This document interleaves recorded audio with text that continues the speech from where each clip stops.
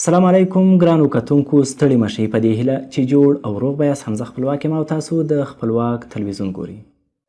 پاکستان وایي وفاق المدارس 3 ورځې وروسته د مدرسو د پرانیستلو پریکړه کړې.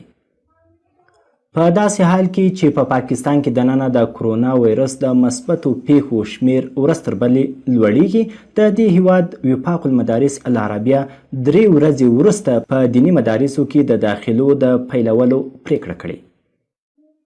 وفاق المدارس له لوري په همدې تړاو خپره شوې خبرپاڼه کې راغلي چې د جیدو علماو شیخ محمد تقي عثماني او مولانا فضل الرحمن سره تر مشورې وروسته د وفاق المدارس د مرکزي شورا غړو او علماو د جون د میاشتې پر 3 نیټه د دیني مدارسو لپاره د نویو داخلو د پیلولو پریکړه کړې.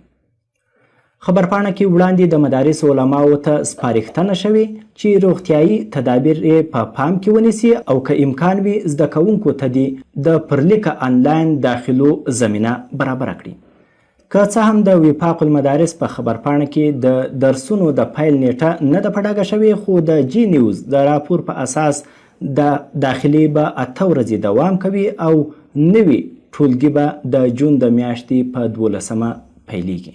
د وفاق المدارس د مرکزي شورا غړي مولانا قاضي عبدالرشید ویلي چې حکومت مارکیټونه، ترانسپورت او بازارونه خلاص پریښي، نو ځکه د مدرسو د بندولو لپاره دلیل نه پیدا کیږي.